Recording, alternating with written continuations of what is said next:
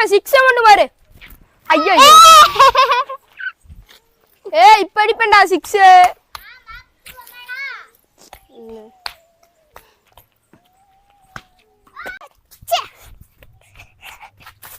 இந்த ball out ஆயிருவே. படு படு. சே இதா வந்துறடா. அண்ணா அண்ணா அண்ணா பர்ஸ் விட்டுட்டு போயிட்டேங்கண்ணே. நாங்கண்ணே நான் இருந்தா வந்துடுறேன் மச்சான்.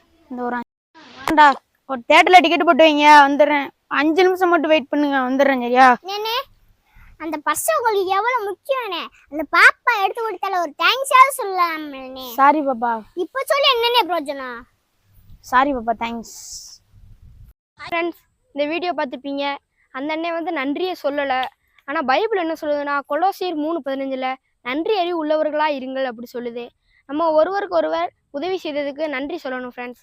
நன்றி சொல்லி நன்றி அறிவு உள்ளவர்களாக இருக்கணும். God bless you.